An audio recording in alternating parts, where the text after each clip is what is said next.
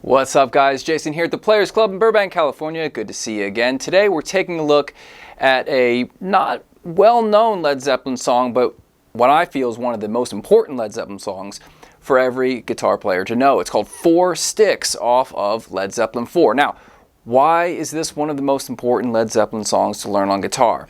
Because it challenges you to learn to count different time signatures. So this song uses a combination of 5/4 time, 2/4 time, 6/8 time, and 4/4 time. So it's really going to challenge your musical mind to stay focused. So let's learn the riff, and then I'll break down all of the different layers to it. Now, if you're a new viewer, go ahead and click the subscribe button so you know when I'm doing all of the Led Zeppelin videos and all kinds of other little fun things. If you're a return viewer, welcome back. Good to see you again.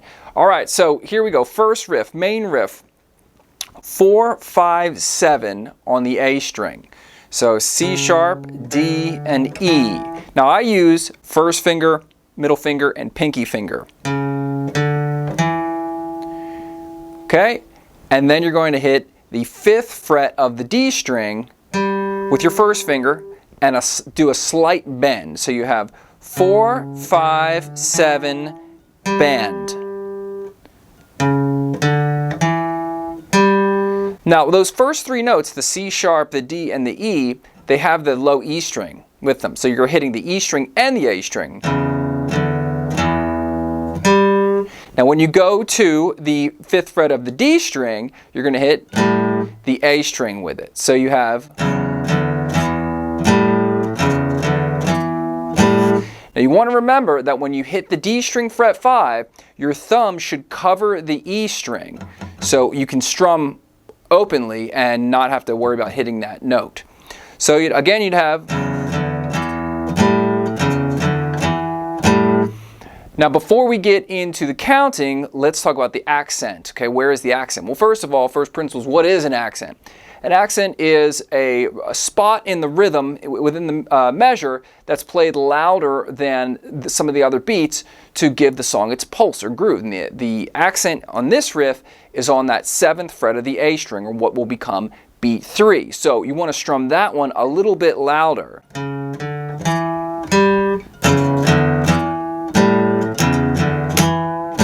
I also do a little bend. You could also do a little vibrato, whatever you like. Okay, so far we have...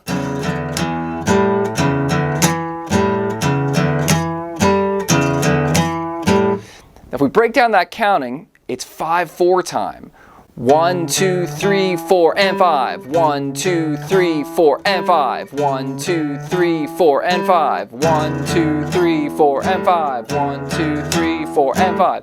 So because we're playing that 5th fret of the D string on the and, after 4, we're going to do that as an up strum. You're going to have...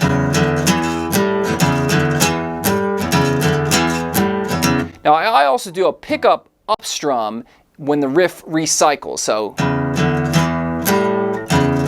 right here. You don't have to do that. You can just play the same riff. You can play the riff the same way each time if you like. Okay, so 1, 2, 3, 4, and 5. 1, 2, 3, 4, and 5. 1, 2, 3, 4, and 5. Now the transition part is 1, 2. So you'd hit the 4th fret of the A string and the 5th fret of the A string. 1, 2, and then you go into the octaves. So that's an A octave to a G octave. So if you watch the unleaded version of this song, Jimmy Page plays the octave sequence with his thumb. So he has his thumb on the 5th fret of the E string and the pinky finger on the 7th fret of the D string. It's an A octave. And then you move down a whole step to the G. So you're going to have down, up, down with a slide. Now you could also do a power chord. You could also do an octave using your index finger. So any of those will work, but what's important is the transition into that. So you'd have 1, 2, 1, 2, 3, 4, 5, 6, 1, 2, 3, 4, and then back into the riff. I know, it's crazy. So If you're with me so far, we've done a measure of 5, a measure of 2, a measure of 6, and a measure of 4, and then the whole thing starts over. So let me break it back down. We have 1, 2, 3, 4, and 5. 1, 2, 1, 2, 3, 4, 5, 6. 1, 2, 3, 4. 1, 2, 3, 4, and 5. 1, 2, 3, 4, and 5. 1, 2, 3, 4, and 5. 1, 2, 1, 2, 3, 4, 5, 6. 1, 2, 3, 4. Now, could you listen to the song and just play along and wing it? Yes, but that's not fun, right? Like, you want to be able to count it so that your musicianship improves. So before it goes to the next section of the song, that measure of 4 at the end becomes a measure of 6. So you're going to go 1, 2, 3, 4, and 5. 1, 2, 1, 2, 3, 4, 5, 6. 1, 2, 3, 4, 5, 6. Then you're into the next part, which sounds like this.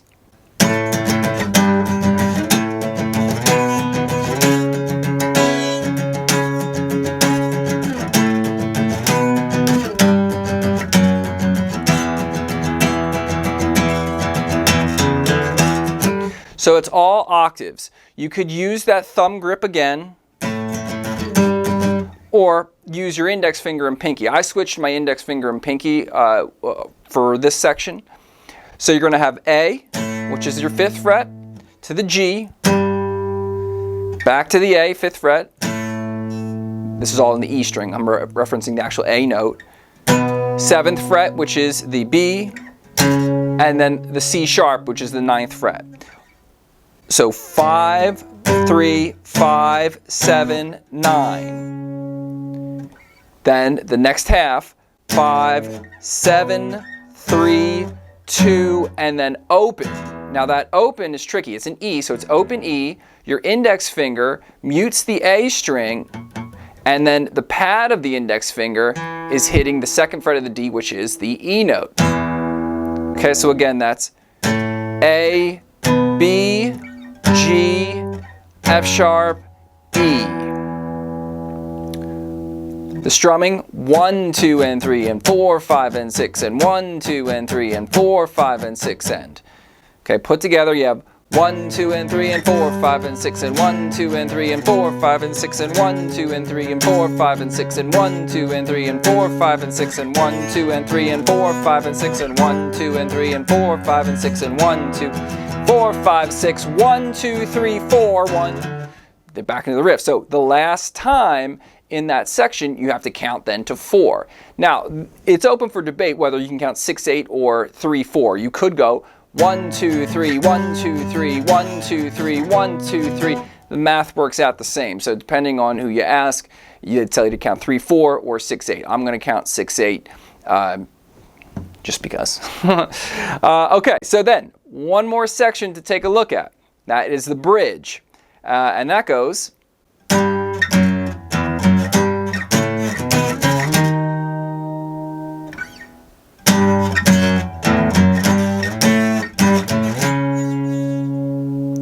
So you have the G octave, 3rd fret, to the F sharp, and then the E, F sharp, G, A, B, C sharp, D sharp. So all the way up to the 11th fret.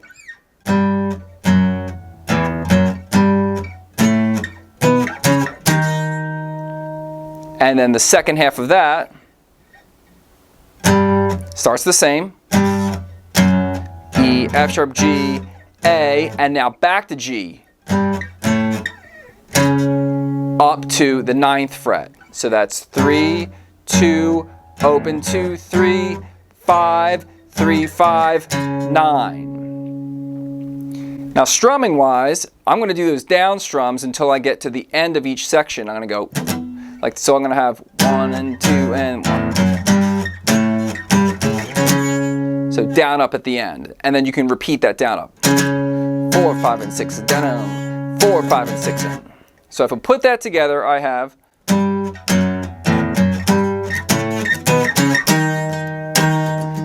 2, 3, 4, 5, 6.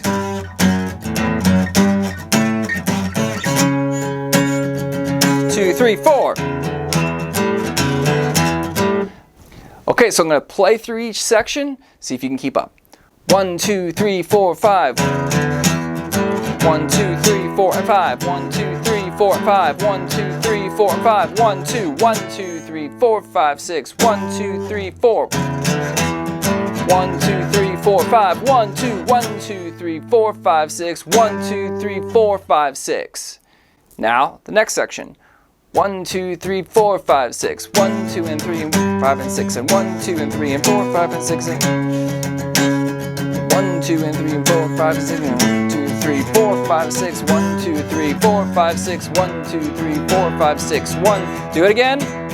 1, 2, 3, 4, 5, 6. 1, 2, 3, 4, 5, 6. 1, 2, 3, 4, 5, 6. 1, 2, 3, 4, 5, 6. 1, 2, 3, 4, 5, 6. 1, 2, 3, 4, 5, 6. 1, 2, 3, 4. 3, 4, 5. 1, 2, 3, 4, 5. All right, now the bridge. 1, 2, 3, 4, 5, 6.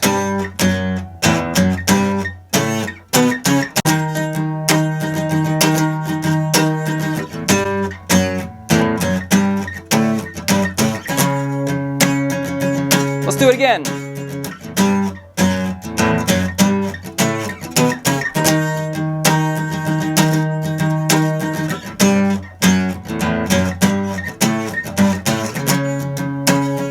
One, two, three, four.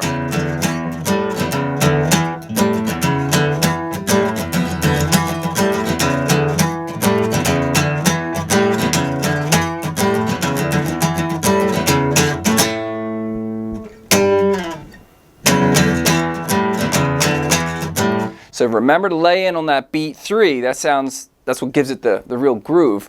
And you can put in different rhythmic accents along the way, like Page does that on the unleaded version. Just listen to it. Just watch him do it, right? That's how it rolls, man. So there you go. The song you should learn, the song you should count, even if it's just that first riff and counting through 5. So it's, a little bit out of the normal of what we're doing in 4/4 time. It's going to make you a better guitar player. At the end of the day, that's all we're trying to do, right? We're trying to become better musicians and better guitar players. Hopefully this helps. Hopefully you found some enjoyment out of this. It's one of my favorite Led Zeppelin songs. Again, I'd recommend checking out the unleaded version, the acoustic version that they do. It's really, really cool. And again, if you're a new viewer, welcome. Hi, I'm Jason. Good to see you.